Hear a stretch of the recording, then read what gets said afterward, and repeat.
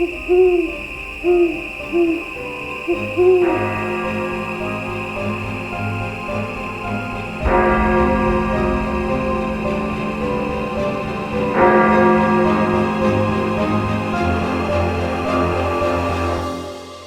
12 past 3.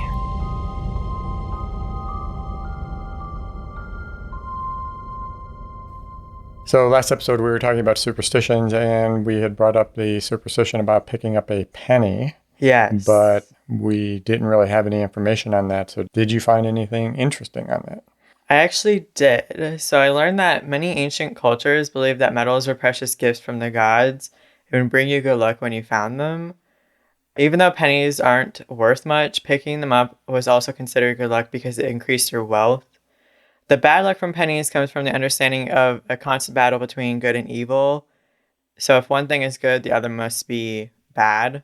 So is that where the heads and tails thing comes in? Yeah. Oh, okay. So if one side of the penny brings good luck, the other side must bring bad luck. Okay. Yeah. So that makes sense. Yeah. Interesting how we do these superstitions and have no idea why. Well, it's so crazy, too, like how far back the history goes on most of these and that we actually keep up with them. Yeah. Well, that's kind of like the experiment with the monkeys and the bananas on the pole. What?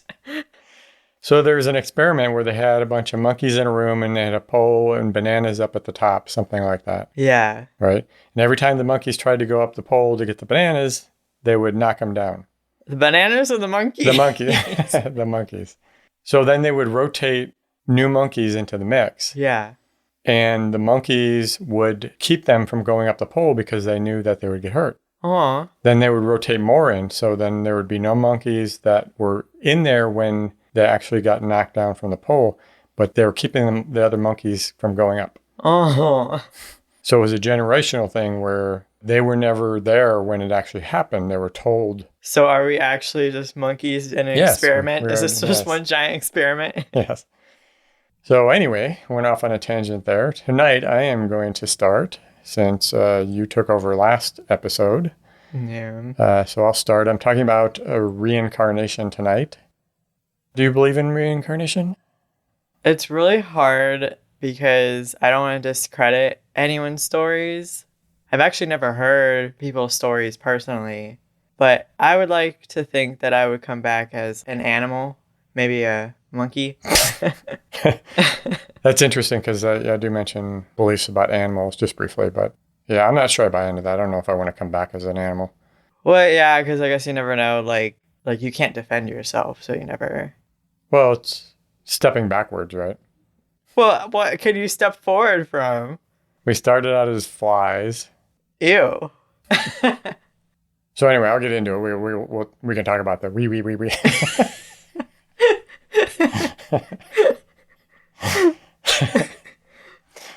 Just a reminder, it is late.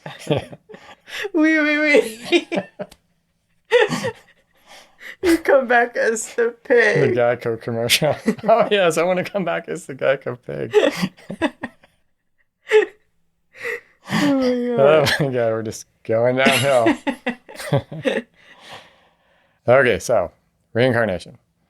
I was originally thinking about discussing how reincarnation is viewed in different religions. I thought that was a big part of how different religions view it. But after doing a bit of reading, I realized how complex the different beliefs are. Yeah. I really didn't want to get into a big religious discussion. Okay. So that said, at a very basic level, I think it's obvious, but just to state it, reincarnation is the rebirth of a soul after death into another physical being. And I'll say physical being because I don't want to dismiss the beliefs that reincarnation can involve more than a person. Yeah. Animals, as we were just talking about. Beings from other planets. Makes sense that if there's reincarnation, it's among different planets. Yeah. Didn't see anything about plants, so I'm not sure if there are any beliefs out there involving plants or pet rocks. Pet rocks? Well, why not? You know, if they're pets. In general, though, there are some basic varying beliefs. Some believe we start out as a lowly creature and progress towards a human as our souls gain experience. Some are more focused on just humans, but our souls work towards a higher being. the next life and our progress are determined by the karma we create in life. So the soul is meant to atone for the past mistakes. For others, it's just a random chance thing. You go from being to being, or human to human, or animal to human, back and forth, just randomly. I personally would hate to think that it's random, that I could be a person and then go back as an animal. Yeah. I have a hard time with the whole animal thing anyway. It's like, because how far down can you go? I mean, really, at what point do smaller animals not have souls? Aren't there like some beliefs that these insects have souls? Yeah, I mean, it said animals, but I guess that includes insects and stuff. And I don't know. I think at some level, I don't know. A lot of questions, right? Yeah. Let's see where. And there's a belief that all existing souls in the world now are all the souls that there will ever be. So we're just kind of rotating through all the existing souls. I don't see how that would work with just humans. Yeah. But I guess if you believed that it was humans and all kinds of animals, that there's a balance. Yeah. So we're recycling basically. Yeah. Yeah. So I I don't know. don't So want there's to think that I'm recycling my soul. one thing I will say about religion, and maybe I've said too much already, but I'll try not to call out a specific belief system since I've already pissed off the devil. Yeah. I don't want to piss God off too. Yes. But I read an interesting perspective on why some religions don't promote the idea of reincarnation when their beliefs revolve around heaven and hell. So heaven and hell is basically a reward system, right? Yeah. You behave, you give your money to the church, you go to heaven. You don't, you get to take the down escalator. Down escalator. Reincarnation kind of causes problems for a system like that because if you can be reborn and atone for your sins, why do you need to behave and give money to the church now? Yeah. So they sell it as, you're here on earth, you have one shot to go up or down, end of story. Kind of interesting perspective. I never really thought about it before. Yeah. There are two people that stand out when it comes to research into reincarnation, so I wanted to mention them because a lot of the information available is the result of their work. Dr. Ian Stevenson was a Canadian-American psychiatrist who pioneered the research of reincarnation stories. He worked at the University of Virginia School of Medicine and founded the Division of Perceptual Studies. His research stretched from the early 60s up until about 2002. Wow. In those 4 decades, he documented around 3,000 reincarnation cases from all over the world. Dr. Jim Tucker, also a psychiatrist, started volunteering with Stevenson's research in the early 90s and has since continued Stevenson's work. It's crazy. It's crazy to think 3,000 cases from all over the world. Yeah. Stevenson retired in 2002, and then he had passed away in 2007. But an interesting note about Stevenson, he wrote about, it was called the combination lock test for survival. And he wrote about this sometime in the 60s. He purchased a lock, the kind you can set the combination yourself. Yeah. Based on a letter to number system, 1 equals A, 2 equals B, etc. I won't go into the details about the code, but basically with a 6-digit combination, you could have a 6-word phrase, and the first letter is a number in the combination. Or you could have just one word where the first 6 letters are the combination. Yeah. So he set the combination and he put the lock in a filing cabinet in their department and said he would try to communicate the phrase to someone after he passed, whether it be through reincarnation, a medium, or even a dream. Yeah. Unfortunately, the lock remained unopened. But, I was thinking that doesn't really prove or disprove anything because even if it is possible, the odds of getting a message back has got to be phenomenally low. Yeah. But another interesting thing is even if he did, it wouldn't really prove anything because you still don't have any real proof about where the message came from.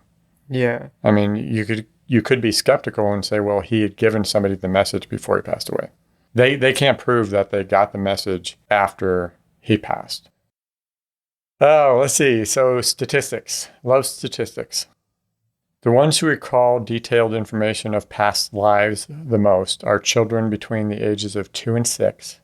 After the age of 8, experiences tend to fade and eventually vanish entirely, as early life memories do for most people. So I don't want to discredit any experiences, but couldn't it have been like active imagination? Isn't that like a? Because I feel like 2 to 6 is when your like imagination's really. Well, the whole thing about the research that Stevenson and Tucker were doing is getting that proof. Yeah. So not only what the child said and trying to determine if those facts were true or not, Yeah. but then trying to verify that the family didn't know these things and couldn't have fed them to the child. Yeah. And made this story up. Children tend to have clear memories of past lives, where adults who do remember past lives usually have more feelings or impressions, such as deja vu, going somewhere and having the feeling that you've been there before, or deja kunu. Probably didn't pronounce that quite right, but excuse my French. Deja kunu, encountering a person for the first time and feeling you have met them before. Deja vu meaning already seen, deja kunu meaning already known. That concludes our 12 past 3 French lesson for this week. With maybe a mispronunciation. Yes, a poor French lesson. Yeah. Another interesting thing about children in general is if a child gets the message that they aren't being listened to, so they're telling adults something, but keep getting ignored or brushed off, they will generally stop talking about it. Okay, that's kind of sad. Yeah, but it makes you wonder how many stories of reincarnation might be out there that were lost because nobody was listening. I imagine a lot. Well, did I ever come to you about being reincarnated? Not that I recall, but I usually didn't listen to you, so. Yeah, that makes sense. 60% who claim past lives are male. 70% claim they died violently or of unnatural causes. The median age of death for the previous person is 28. The median time between death and rebirth is 16 months. 20% claim memories of time between death and rebirth. 20% have birthmarks or deformities that coincide with the previous person's death, such as a birthmark where the person has been shot. I've actually heard about that being a thing. I don't know if it's like 100% true, but I've heard that like, oh, like where you have like a birthmark on your body is where like your past life was like stabbed or shot or something. Really? I had never heard that before. I thought that was interesting. Really? Yeah. See, I never like 100% believed it being like a true thing, but it was like always like an interesting idea. Yeah, it is interesting to think that you carry physical traits. Yeah. And then why? Yeah. To what end? Yeah. 3/4 of cases investigated are solved, meaning investigators found information matching their story. That's interesting. Yeah, 75%. That's a pretty good rate. Yeah. I don't know. That's just interesting that there's like even enough out there to find proof of it. Right.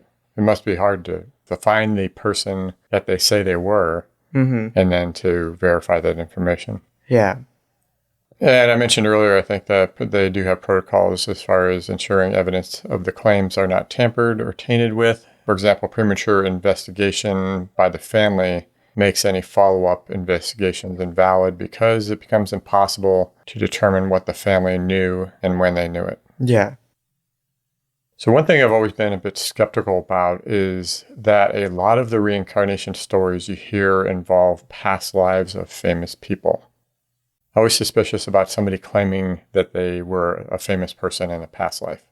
Yeah, especially if like there's a lot of information about their lives out there. Yeah, it's hard to prove, even if they're a little kid, because the parents could feed them information, right? Yeah. And it makes for a more sensationalized story. Yeah. I did run across a lot of them, though, and I was watching one show that discussed 7 stories, and 4 of them were of well-known past people. That's a lot. Yeah. What I don't know is out of the thousands of stories they investigated, what percentage are famous past lives. I figured, well, maybe we hear about those because of the famous person connection. Yeah. So maybe those are the ones that people gravitate towards. Or maybe they're easier to verify because the person was famous. There's more information out there. That makes sense. So the first story I have is of Sam Taylor. It was actually Gus Taylor in one book I read. But apparently Sam Gus was talking in full sentences by the time he was 18 months. And he began talking about how he was his own granddad. So like a past family member. Yeah. One source mentioned that when he was having his diaper changed, he said, "When I was your age, I used to change your diaper." Now, this is kind of disturbing to me that somebody who you're changing their diaper has such a command of the English language. Yeah, it's just weird. Yeah. I don't know how I'd feel about that. What convinced the family of Sam Gus's story was when he started talking about his sister who had disappeared when he was young. His parents asked Sam if he had any siblings, and he said he had a sister who turned into a fish. A fish? Yeah, that's a weird comment. When they asked who turned her into a fish, he said some bad guys. So I'm assuming that she wasn't actually turned into a fish. Yeah. So Sam's grandfather had a sister who was murdered and was found floating in San Francisco Bay. Oh, so it was the grandfather's sister, not Sam's actual sister. Right. Keep up. Sorry. Well, this is so confusing. In his past life, he had a sister who died. Okay. That's what he's saying. And his grandfather actually did have a sister who was murdered and thrown into San Francisco Bay. Okay. When asked how he had died, Sam Gus slapped the top of his head as if in pain. His grandfather had died a year before Sammy was born of a cerebral hemorrhage. Sam Gus was one of the instances where he had a memory of the time between his lives. He said God gave him a ticket back to Earth, and he described traveling through a tunnel and into his mother's belly. It's so weird. Yeah. The thought of there being a time between lives. Something about that makes me uncomfortable. The next one is a celebrity story. I debated whether to include it, but there are some interesting details. So Ryan Hammonds of Oklahoma, age 4, had a fascination with pretending he was making movies and would tell his mom stories about Hollywood and talk about wanting to go back to his big white house with the pool. At first, his mother dismissed it, figuring he was just making stuff up, but at some point she began to wonder and started getting books about Hollywood from the library. Eventually, they ran across a picture of a 1932 movie, Night After Night, where Ryan recognized himself as a man named Marty Martin. I feel like I would still have a hard time believing the story. No, I'm not trying to dismiss. I'm just saying even if I had a kid and they were saying stuff like that. Right, yeah. But that was the point at which they decided to contact Dr. Jim Tucker. Among other things, Ryan remembered tap dancing on Broadway. He had 3 younger sisters. He had 3 sons. In one book, it said 3 sons and a daughter. And the color of his car. What color was the car? It didn't say, but I was kind of curious about that because I would think the color options in 1930s, there weren't that many colors to pick from. Gray, black, maybe white. So that might not have been too hard to guess. Yeah. The family tracked down Martin's daughter and verified that Ryan correctly identified more than 50 truths of Marty Martin's life. That's crazy. Yeah. When asked how he died, Ryan described his heart exploding, and Dr. Tucker confirmed that Marty died of a heart attack. Ryan also correctly identified that he was 61 when he died, and not 59 as it stated on his death certificate. Finally, there is James Leninger of Louisiana. At a young age, around 2 years old, James expressed a love for airplanes, and he could explain in great detail how a fighter plane worked. One example given was when his mother commented that an object at the bottom of a toy plane was a bomb. James corrected her, saying it was a drop tank. It's kind of funny that he like corrected her. Yeah. In another instance, he was watching a documentary with his parents. The narrator referred to a particular plane as a Japanese Zero, Zero being a type of plane. But James said the plane was actually a Tony, and he was correct. They looked it up and found he was correct. James also had nightmares about dying and being shot down by a plane with a red sun on it, a Japanese fighter jet. He would wake up yelling things like airplane crash, plane on fire.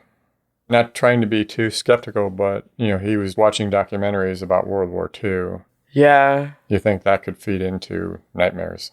Especially if he was young. Yeah. But he did recall the name of his plane, Corsair, and the boat from which it was launched. He said Natoma. There was actually an escort carrier named the Natoma Bay. Oh, wow. His past life person was identified as Lieutenant James McCready Houston from Pennsylvania, who died in the Battle of Iwo Jima. I don't know. I can't say it. I hear it, I can't say it. On March 3rd, 1945. So, yeah, I'm not sure what to make of that. I think this was one of the ones that there was a lot of skepticism about. Yeah. That there's a lot of claims that the parents fed him information. Yeah. When they argued against that, saying, how could we get, a 2-3-year-old to stick to a story that we fed him? Which, I agree with that. It'd be kind of hard to do. Yeah, I think especially that young, I feel like it'd be harder for them to, retain the information that their parents are feeding them. Yeah. I just think the idea of, him being in, history class correcting the teacher so many times because he's, been there. It's interesting to me, we talked about how the average gap is 16 months, which is still quite a time span, but then some of these are years and years and decades. Yeah, that's what I was wondering, because I always thought about reincarnation being someone dying in a hospital and then their soul and spirit going into a newborn. But when you really hear about these stories, it's always from 2000 to their past life being in World War II, which is a huge time gap. Yeah, what was going on in that time? Yeah. Are they up in heaven and then they're deciding whether they want to come back or not? They have a choice? Yeah, or are they stuck in the spirit world? And why are they stuck here? Yeah. Yeah, I don't know, just a lot of unanswered questions. But so those are just 3 stories I wanted to run through. Quite a few interesting ones out there. I don't mean to be skeptical. I'm just trying to look at it from both perspectives. I think it's just hard to imagine something like that when it's not something you've gone through yourself. Right. And it is hard because there is so much information, especially on these celebrity stories, about those lives. Yeah. Signs you may have lived a past life. Deja vu or deja kunu, which I already mentioned. Yes. Inexplicable knowledge or skills. So I guess prodigies. Yeah. Violinist or something who just picks up the violin and can play it. Yeah, that makes sense. Yeah, I was going to say that makes sense. Yeah. Persistent memories. A strong affinity for another era or a feeling of being born in the wrong era. I felt that sometimes. Have you? Yeah. Yeah, I've known people that, they just seem to be in a different era. Yeah. They're living in a different era. They like a different era, and that's how they live. I think mine might be just wanting to experience some things, more so of concerts and different, for example, being able to go to a Queen concert. Yeah, well, who wouldn't? Well, yeah. Unreasonable fears. What's considered unreasonable? Well, I don't know. I mean, obviously I wouldn't think being afraid of spiders or heights or snakes would be unreasonable, but maybe if you had a fear of t-shirts or milk. Well, you know what I mean? It's just something you wouldn't normally expect somebody to be afraid of. Well, I was thinking earlier, I wonder if people who have an intense fear of the ocean or like water, drowning. Yeah, I guess that would be I would consider that unreasonable. I don't want to say that any fear is unreasonable because Right, people yeah. have their like reasons for it. Well, yeah, obviously. Strange pains. Talked about that a little bit with the birthmarks and, pain. So you carry that over. You identify with a different culture. That one seems kind of... It's interesting. And reoccurring dreams. Have you ever had any reoccurring dreams? Yes, but I don't think any of them tie to a past life. Yeah. Because, well, I used to have a lot of dreams of planes crashing. Yeah, me too. Really? Yeah. That's weird. Well, in the plane or seeing it? Mine was, I was seeing a plane crashing. I was seeing it. Yeah, the same was I. It would be like, I'd be out in the backyard. Yeah. And then in the distance, I would see a plane going down. Yeah. It was always from a distance. Yeah. I never actually saw the crash itself. Yeah, sometimes mine would be like, from a distance in person, or it'd be like on TV or something I see. Oh, okay. Yeah, mine was always, I was somewhere, usually in the yard or something. Yeah. The other one I had, I think, was related to, there was a movie when I was younger, a horror movie, where there was this hand that was, like, be crawling across the floor and stuff. So this, this hand that was alive. Are you talking about the Addams Family? No, well, it was, they had the hand. Yeah. But it was from a movie way back when. And I always had nightmares about that hand trying to get in the window and stuff like that. So I don't think that was from a past life. Yeah, that's just creepy. At least I hope not. I mean, I've had a reoccurring dream of running away from something all the time. I never knew what I was running away from, but it was like the same thing. I'd be like running in like a really empty neighborhood, like no one was around, but I was like running from something. It is interesting to think about whether, that had to do with a past life. Yeah. Right. That was it, though. That's all I had. That's really interesting. Again, I don't want to dismiss any stories, but like I said, when you haven't gone through it, it's hard to imagine.